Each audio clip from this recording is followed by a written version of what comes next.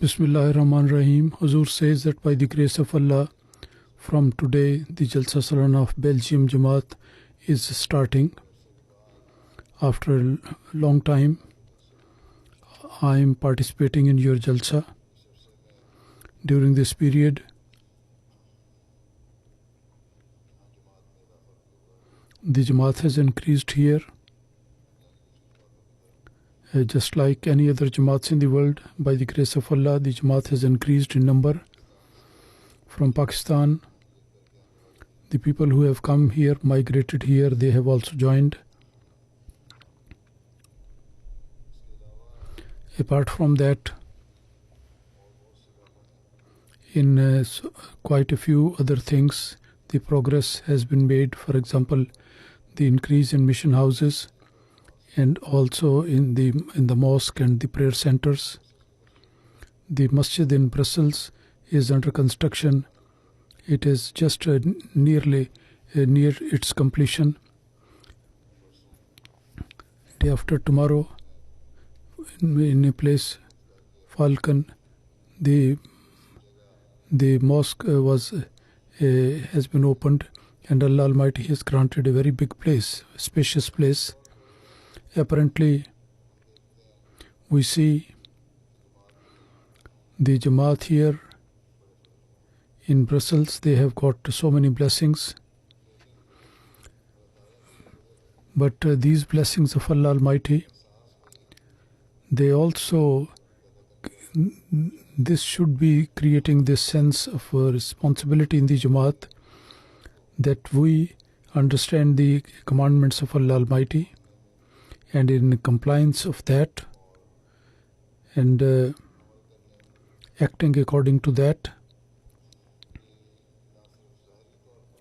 we should not only apparently, but also in the true sense of the term, we must be better than before. And not only this much, that we should be better than before, and then stand in one place.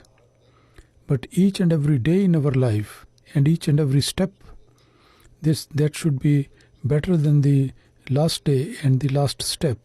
In piety and nobility, it must be better, and it must be fulfilling the objective of the advent of the promised Messiah, and we should see every step progressing and moving forward.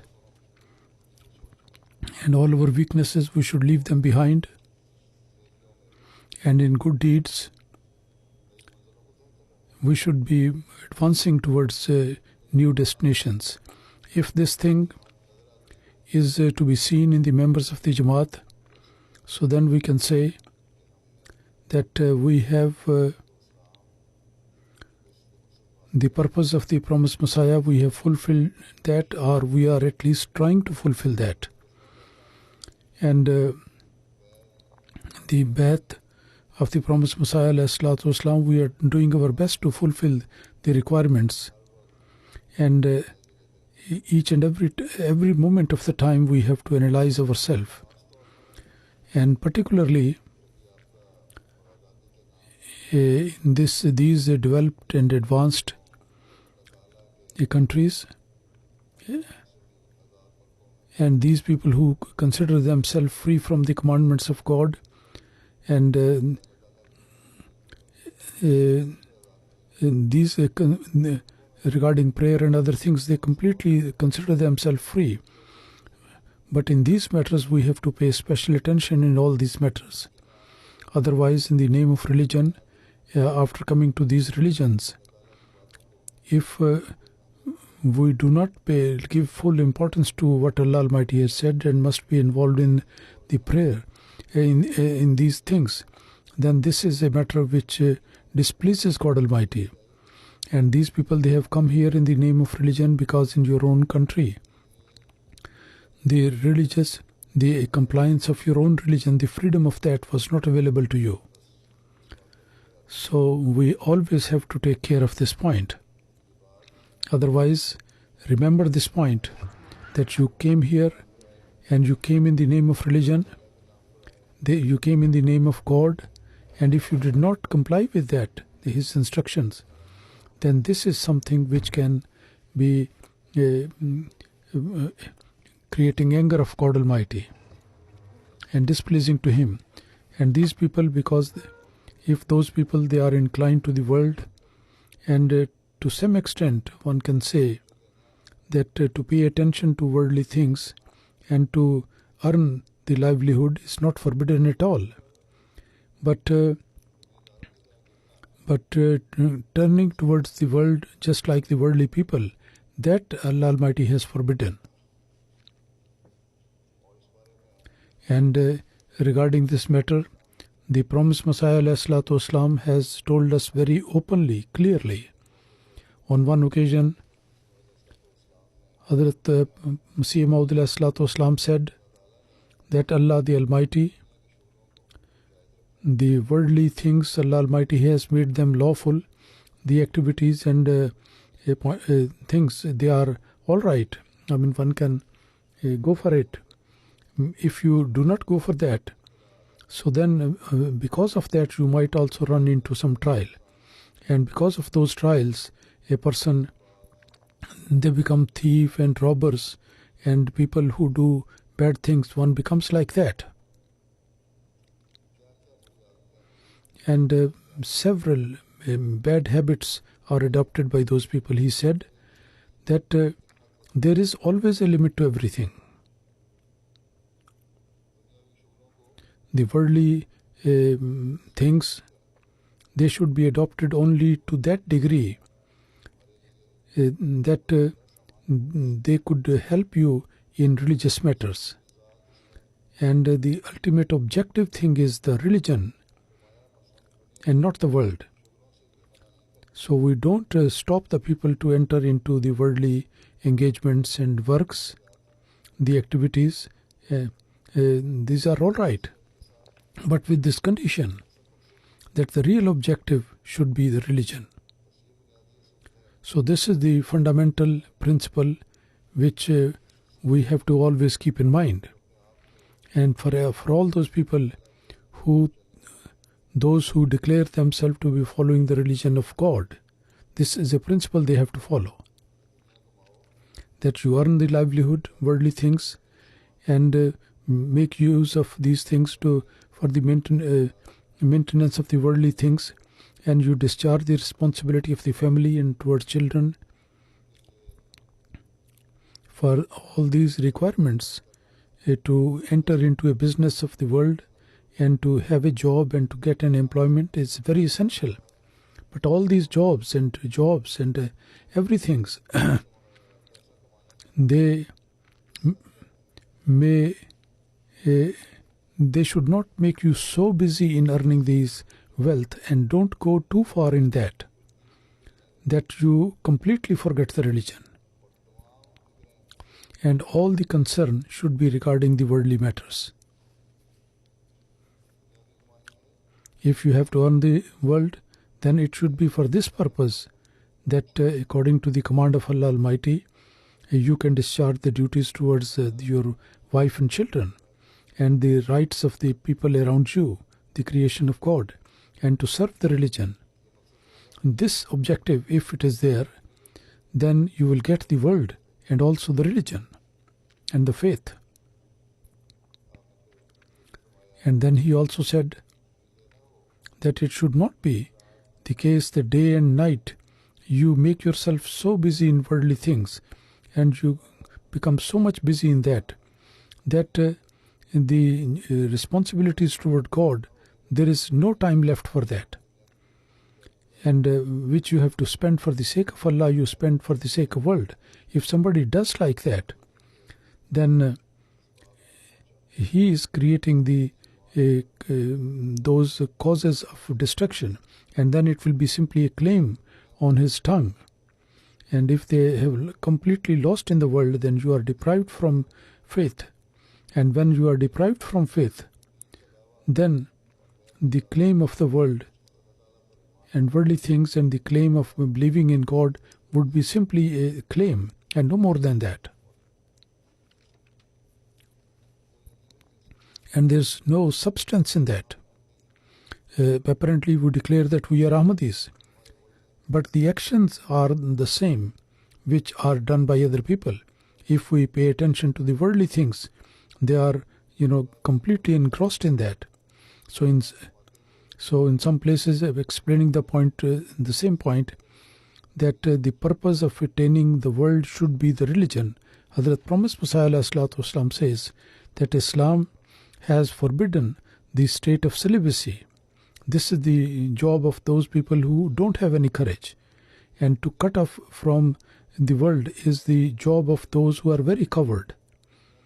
But the state of a mu'min is that those, if they are connected with this life, that should be in a way which increases his status, because his objective is the religion, and the worldly things and other things, they are subservient to religion. That is to say that the worldly things and then status and position and wealth which you have got in the world, that should be, in case of a mu'min, it should not be the means of showing his position in the world. But all these things should be working as subordinate to religion and for the sake of religion. And the status of that person is for the benefit of religion, and his wealth is for the benefit of religion. In other words, that the worldly wealth, he has mentioned, and that is the meaning of what he said, that the wealth is such a vehicle that you use that and you can get to the higher stages of faith. Or it is that provision which a person takes with him for convenience when he goes on journey. Good conveyance and the means of the comfort during the journey is done for this purpose, that one can reach the destination easily. So the attainment of dunya should be, and its use should be in that way, and that should become a servant and subservient to the religion, and not that you yourself become the servant of world and leave the faith. And then he said that Allah the Almighty, when he taught this prayer to us, that Rabbana atina fid dunya hasanatan wa fil akhirati hasanatan, in that the world is mentioned first. But which world is meant here? What word is mentioned here? But which type of word is given? That is hasana, that is good. And that thing is mentioned first, which becomes the means of getting goodness in the hereafter. And from the teaching of this prayer, one can understand this point very, very clearly, that a mu'min in attainment of the world, one should always keep in mind the goodness of the hereafter. And along with that, and all the good means of attainment of the world, or they are mentioned, which a Muslim, in order to get the, one should be using those for the attainment of these worldly things. And the ultimate purpose is that all these things should be good and beneficial, and it should not be something which can cause harm and danger to somebody else. Nor it should not. It should be something which the word should not be which is a object of one's defame. And this should be the effort of all of us, that we should earn such wealth which becomes the cause and the means of attaining the goodness in the hereafter, and not that we should be lost in this world and we forget our objective. And in the hereafter, the good things, instead of attaining those things, one gets the wrath of Allah in the hereafter. And the attractions and the glamour of the world, they are such which create in human being further points of anxiety. a person thinks from his own side that I can get satisfaction in the world. But in fact, not the satisfaction, rather the restlessness is the result of that. Hadhrat Masih Maud explaining this point, he says that never ever think that the apparent wealth or the power or the strength or the increase of your progeny and wealth or other things like that, they can become the means of your satisfaction and goodness. And that is like entering into the paradise directly. Or does not mean that he is in paradise or he is going to get the paradise as a result of that. He said, no, not at all, not like that. That satisfaction, that solace, which is one of the blessings of paradise. And the fact is that the satisfaction and the blessing, which are the blessings of the paradise, they are not attained through these things. They are attained when a person dies in the way of Allah. And for this purpose, the prophets, particularly Ibrahim and Yaqub and alayhim salam, and this was the advice of these people, فَلَا تَمُوتُنَّ إِلَّا وَأَنْتُمْ مُسْلِمُونَ, that you do not die unless you are in a state when you are completely obedient and servant of God. It means that you all the time, you should be in servitude to God Almighty and submissive to Him. You don't know what time the death is going to come.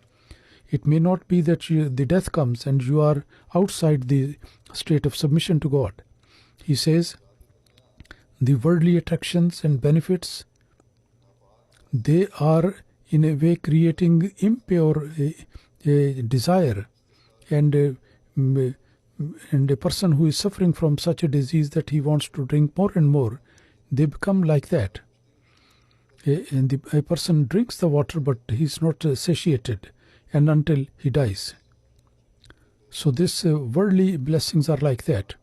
So this flame of the worldly desire and benefits is like that. It is like the fire of the hell, which do not give the satisfaction and contentment to the person, rather a sort of restlessness and anguish is created there. So he said, so the promised Messiah said that my friends should not forget this thing, that a human being through the wealth or through the wife, the love of wife and the children, and one should not be so much intoxicated and so much forgetting the requirement that between him and God Almighty there is a curtain between them.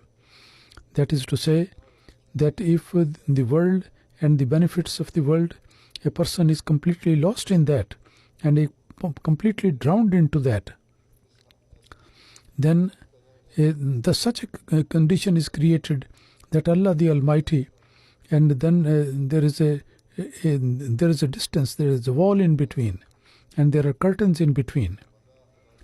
Neither a person moves towards God, nor God Almighty comes to His servant. Allah Almighty has said that first the man tries to come to me, and then I will come to him. And that, as it is mentioned in Hadith, that a person would take one step, God Almighty will take 2 steps, and He will come walking, then I will come running to that servant. So, if you have to remove this hurdle and this curtain, and you have to become the people of this world as servant to God Almighty, then can be achieved this way. That this wealth and the children, they are called fitna, a trial, for this very reason that these things create a barrier between the servant of Allah and God Almighty. And he says that from the wealth and the progeny, the person, actually they are creating a sort of hell for that person. And when a person is taken away from these, then a person feels absolutely restless. And as a result of when two things are rubbed together, maybe hands or stones, then there is a heat generated there. Similarly, the love of a people with the world and the love of the world, this heat that is generated, that actually burns the love of God. Then there is no more the love of God there. When a person and when the love of that person and the love of the world is there, then the love of God completely finishes. That is burnt away. And the heart will become dark, and it will go away from God Almighty. And he would be suffering from all types of calamities. But when people is concerned with the worldly things, but it is because of God. And a person should not be forgetting God, but also having those things. And the love of those things should be for the sake of God. And the love of these worldly things should be that Allah Almighty has permitted to have the love to some extent. So if that is the condition, then as a result of the mixing of two things, the love of those things other than Allah Almighty, that is burnt away. And as a result, in its place there is a light which comes in, and then the pleasure of Allah, and and that becomes the pleasure of Allah Almighty, and he is able to attain that. And then a person is happy, and he wishes the same thing what Allah Almighty desires from him. Allah Almighty says, as opposed to that one, that the condition of the person, actually it is like the hell. And the leading a life without God is like living in hell. And Allah Almighty wishes that you should become truly the Muslims. And the word Muslim indicates that one should completely be dedicated to, completely one should be turning to God Almighty. That is the meaning. And not that sometime he turns to God, and when he gets the benefit in the world, he should be turning God and forget God to the world and forget God. He said that Allah Almighty created the people as Muslims. A lot of blessings have been given there, provided he really thinks over that. As I said, that the person human beings are very weak. Sometimes the attractions of the world, they attract him to those things. And a person is more inclined towards the worldly amenities. And from Allah and his religion, he becomes negligent. Or in some actions, there is a weakness because of that. So Allah Almighty has given all the commandments given by Allah Almighty. He is not discharging the full right of that, or does not discharge the responsibility towards family or the domestic life, or he is not working, or he is not honest in his business, or so many other things. So Allah Almighty has, if a person leaves the prayer, abandons that because of business, so Allah Almighty, in order to take away from this weakness, this arrangement has been made by God Almighty. And we Ahmadis are very fortunate that we have been blessed to believe in the promised Messiah, which draws our attention repeatedly, and which helps us and guides us to get deviated from the right path. And then, by the grace of Allah, this arrangement has also been made that he started the institution of Jalsa, where we gather once in a year, and for the spiritual improvement and betterment, we make the effort for that. So every person who participates in Jalsa, he must be keeping this objective always in mind, that we should be getting closer and closer to God Almighty. and we should be giving preference to religion over the world, and while living in the world, but we do not, we should be making the world as subservient and servant to God, and this spirit should not only be in us, but in our children as well, in progeny, that what Allah Almighty actually requires from us. And what is the purpose of the human life? Naslan, after, in generations, this should be put into the hearts of your progeny, that the world should be made subservient to religion. Whatever the commandments of Allah are there for this purpose, they have to follow those commandments. And in this last stage, for our betterment and improvement, Allah Almighty is showing us the blessing to us. Allah Almighty has sent the promised Messiah and Imam Mahdi by coming into his initiation, and by acting upon his commandments we should become like that, because in that actually lies the secret of our complete, our life. Hadhrat Massih Maud says,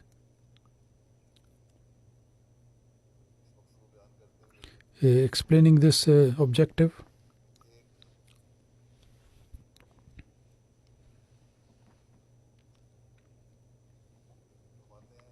he says, all devotees, those who have joined my initiation at my hand, it should be clear that the purpose of doing this bath and initiation is this, that the love of a world should be extinguished, and the love of Allah Almighty and the love of the Holy Prophet ﷺ should overpower our hearts, and there should be such a state of a separation from the world that the journey towards the end should not be considered as unpleasant. And unless the love of Allah Almighty and the love of the Holy Prophet is not complete, neither the decrease in the love of the world can be there, nor a person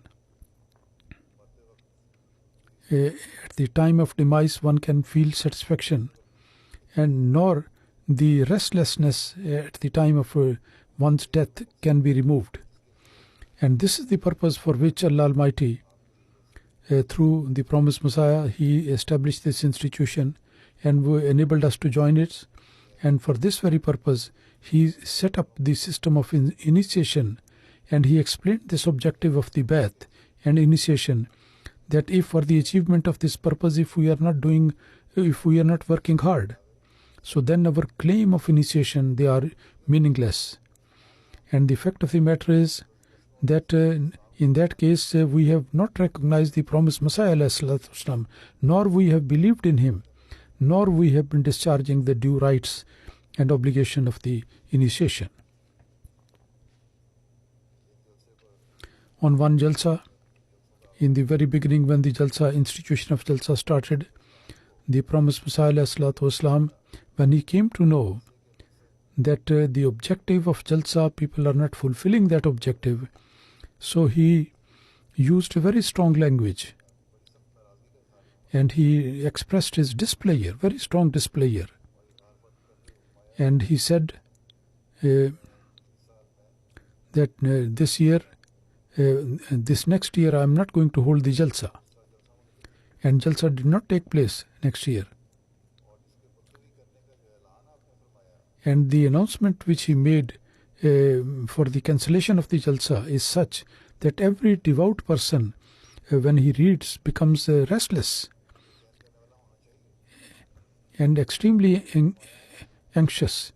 And this should be like that. He said that the purpose of this Jalsa, the objective was this, that the member of my community, in some way or the other, by repeated meeting, they should create such a pious change in them that their hearts are completely inclined towards the life to come, and in them the fear of God should be there, and they don't have the love of world and piety and nobility and mutual love and affection and brotherhood and they should become an example to one another for all the people. And modesty and humbleness and righteousness should be there. And for worldly religious expeditions, they should be ready for that. And then he said that this gathering is not for this purpose, just like the fun fairs of the world, that without any justification and reason, the arrangement should be made for that. Rather, the holding of this Jalsa is based on the true intention and true objective. Otherwise, without that, it is meaningless. If the niyat is, the intention is not right, and the true fruits are not there, the objectives are not being achieved, then this is meaningless. There is no benefit of that. This statement which he made, that by meeting frequently, you should create such changes in you, that meeting of whom? The meeting of this is meant the meeting with the promised Messiah al-Islam. So therefore, such people who during the lifetime of the promised Messiah al-Islam, because of certain weaknesses of them, they become the recipient of the anger and displeasure of the promised Messiah. So nowadays, Allah Almighty knows better that because of number, how many people are there, what is their condition. And those who come into this category and counted among those people upon whom the promised Messiah expressed his displeasure. So in this respect, each one of us, they have to analyze their situation, that if they are not coming to that standard which is required and wished by the promised Messiah, so then participation in Jalsa, they do not deserve to participate in that. They should see whether they are justified to attend the Jalsa or not, or simply because of the fact that they are born Ahmadis or old Ahmadis, for many years they are Ahmadis, or they are the progeny of very pious people and they are participating in the Jalsa. So then that objective is not really fulfilled, which is required from us by the promised Messiah ﷺ, or we have not come with this intention that we have to achieve this objective, and we have to, with all our efforts, we have to work hard to achieve this objective. If that is not the intention, then it's meaningless. If that is not the case, so then the coming to Jalsa is just like coming to a fun fair. So every pious Ahmadi, every sincere Ahmadi, they should feel very much concerned about that. Now every year in various countries of the world, the Jalsas are there, such gatherings, some of them in which I paisa. Sometime through MTA, the participation is there. In some European Jalsas, there are many people from NU. Those people who have, they are sitting in front of me, they have participated in many Jalsa. After UK Jalsa, many have participated in the Jalsa in Germany, and they are sitting here now. And in every Jalsa, in every gathering, the objectives of a gathering and the religious and spiritual benefits, these subjects are discussed and speeches are there. And many people write to me that it was a very spiritual atmosphere that we saw, and we went through that with great love, and the examples of brotherhood was witnessed by us. And also the people say that there were some guests with us. They came extremely impressed by watching this atmosphere. So because of these things, and because of these things and participation in Jalsa several times, there should be a complete change in our life. And there was a time when the promised Messiah ﷺ, he was saying that that you come to Jalsa to attend it once in the year, every year, so that in you such pious change and reformation should be there, that the journey towards the next life should not be unhappy journey, and the dues towards fellow beings and the other creations, you should be discharging that. And we see that there are people who attend more than one Jalsa in a year. And they should analyze, they should scrutinize themselves that what sort of a change and betterment is created in them. No doubt, the promised Messiah, ﷺ, the meeting with the promised Messiah, it was much more important than so many Jalsas. Every prophet has got a status, so just by meeting once there is a change.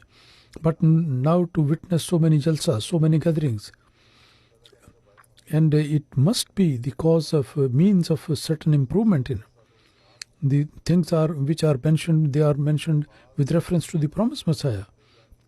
The words of the promised Messiah ﷺ are being mentioned, and then more than that, the wording of the Holy Prophet ﷺ is mentioned in various speeches. They are mentioned and quoted, and also the commentary of the word of Allah Almighty is mentioned.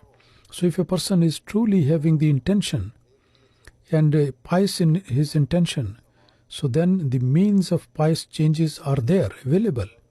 The Khalifa of the time says to you something. That is also, he says, representing the promised Messiah ﷺ. So if you are attached to the Khalifa, and so you can keep a continuation of the blessings of the promised Messiah through the Caliph by getting the blessings from Allah Almighty. So that was mentioned by the promised Messiah.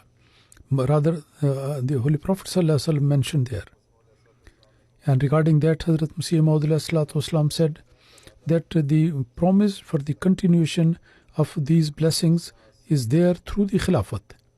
So in this respect, I draw your attention to watch MTA programs and programs. I benefiting this occasion, I would like to ask you to benefit from MTA. In Pakistan, they can't hold the meetings. Restriction is there. So the people are suffering this deprivation. They are deprived from this facility. At least on MTA, they have to watch it regularly and then try to follow that.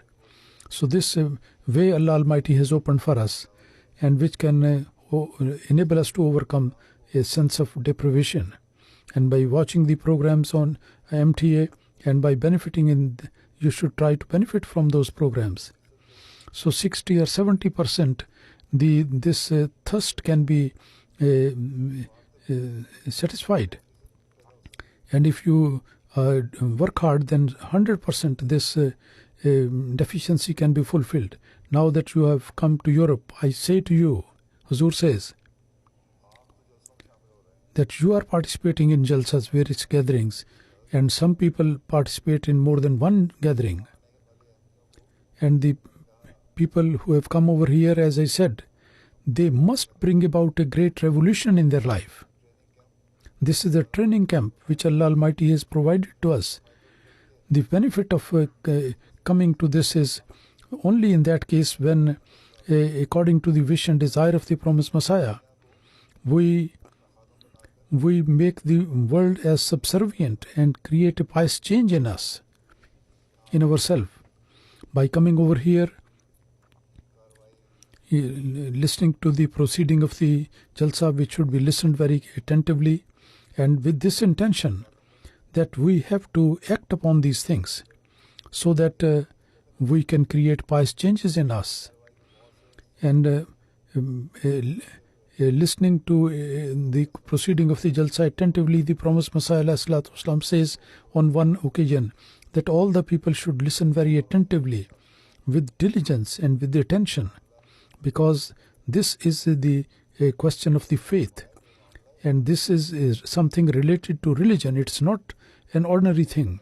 And this sentence is very important, worth considering, because it is a question of religion. If you become slack in that and do not pay attention to that, then very severe bad effects would be there.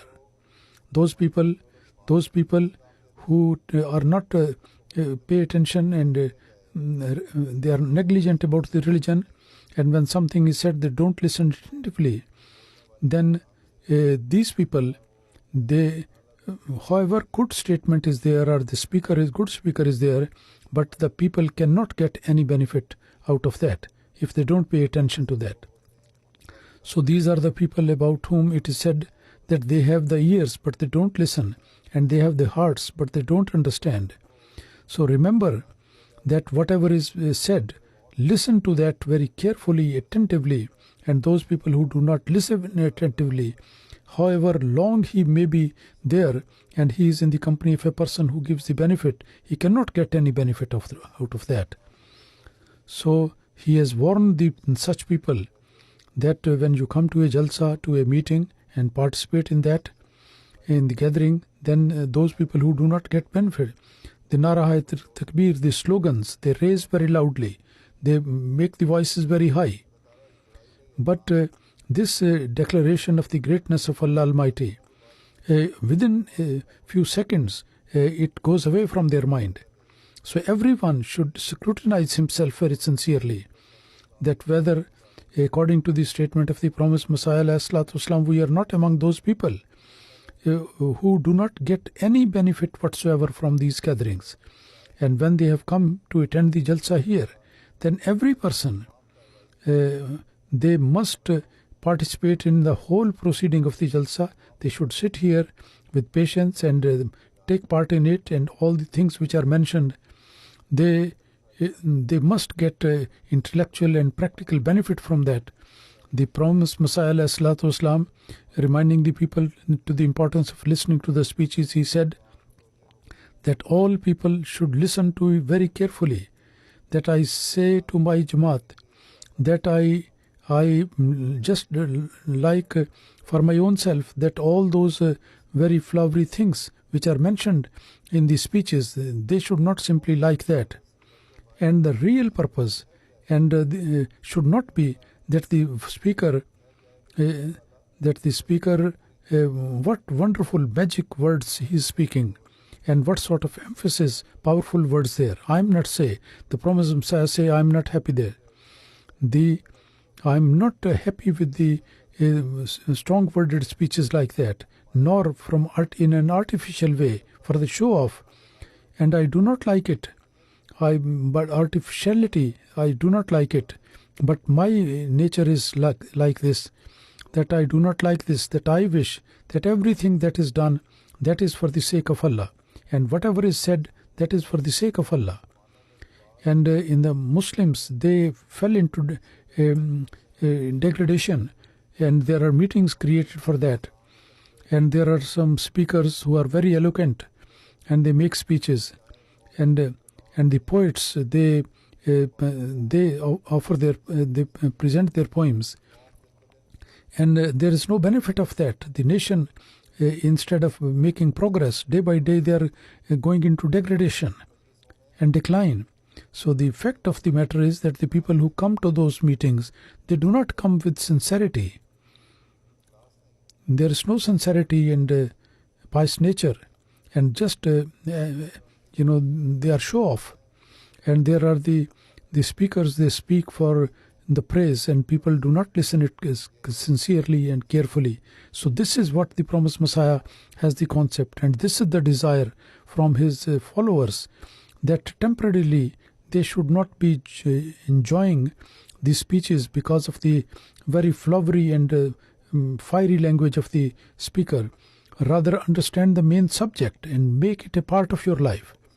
If you just come here for the listening of these speeches, and when you come out of the Jalsa, the meeting place, then you forget all those things, whatever you have listened. So then, this is not progress. Rather, it is something which will be the cause of your downfall. And this downfall of the Muslims, and the disgrace of the Muslims, and the degradation, that is because of these things. That the scholars are there, great speakers are there, they listen to their speeches, but they do not act according to that. And the action is almost negligible, almost nil. And when there is no action, then such nations cannot make progress. In the world, the Muslims, their condition, that is an open proof of the thing, that they are just saying and there is no action. If the action had been there, then this condition would not have been there. So when the promised Messiah ﷺ, we have believed in him, so then for this purpose, that those weaknesses they have come into the Muslims, that should be removed. Otherwise it is useless. On one side we make the claim that we are going to bring the whole world under the banner of the Holy Prophet ﷺ, and on the other side the worldly concept is overpowering us, and the Jalsa annual gathering is only for this purpose, to meet certain people, and we will listen to some part of it. Meeting the friend is a good thing, but it's an additional benefit which the promised Messiah ﷺ has mentioned. And this thing is also not meaningless, because he said for this purpose, that when this relationship of brotherhood is created there and love is there, and then if you are reminded of discharging the dues to the fellow beings, and it also creates the strength of the community, and the community becomes one entity. So remember the real purpose of coming over here, Jalsa, listening to that and acting upon that. Whatever you have listened, that is the responsibility. Allah Almighty enable everybody to achieve this objective. The blessings of the Jalsa and from the blessings from the prayers of the promised Messiah, they may be able to get benefit, and through their words and action they should be able to show the true picture of Islam to the whole world, and the world, they should be able to see the real purpose of the purpose should be religion and the pleasure of Allah Almighty.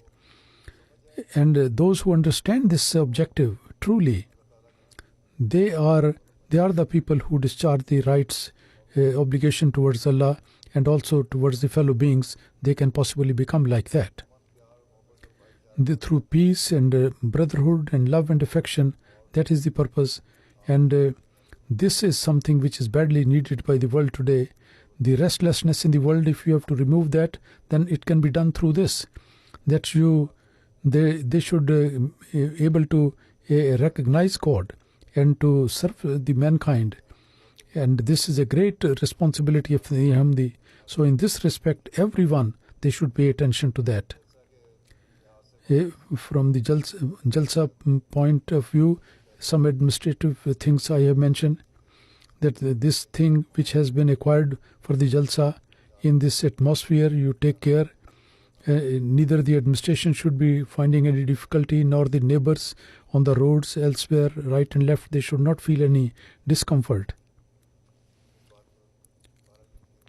Anyway, make sure this point, that the non-Muslims, they can know the true Islam when they would see that the Ahmadis, they look after their neighbors and always follow the law and the rule of the land. And despite in great number, they do not cause any grievance or problem. And the Jalsa administration, they should also pay attention to that, and proper arrangements should be made for that. Although this number, it is a small number as compared with other, it looks like sometimes the Khudam Ijtima, the number is more than that, where the number is larger. But from here in Belgium, this number is quite large, and a large number of people are assembled here. And then during the Jalsa, the real purpose of the prayer, keep that in mind, and make yourself busy in invoking durood upon the Holy Prophet ﷺ. And during the prayers, you offer the prayers, or in the mission house they offer, come on time and offer the prayer. And particularly in the mission house, I have been noting for last 2 days, and when these people come late, and then there is a noise from the floor when they come running, so you come early, that and keep sitting, and sit there, so that there should be no interference in their disturbance in the prayers. The speeches of the Jalsa, I have already mentioned this point, that listen to them carefully, and And this arrangement should be there, that at the time of the Jalsa, people have to participate in the Jalsa and to listen the speeches, and this is how you can train your children and create this feeling what is the importance of the Jalsa, and they have to listen to the prayers. So in this respect also pay special attention. Mutually meeting one another, some displayers are there, and when the people get together, so these things sometimes come to surface. So keep the atmosphere very clean and pure, and there should be no untoward thing or hurting the sentiments of other people.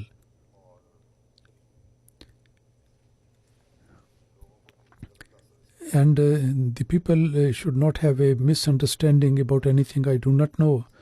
Huzur says whether the administration, considering the number, have they made proper arrangement of food. They must have made it. If there is any deficiency in that, but they should show patience.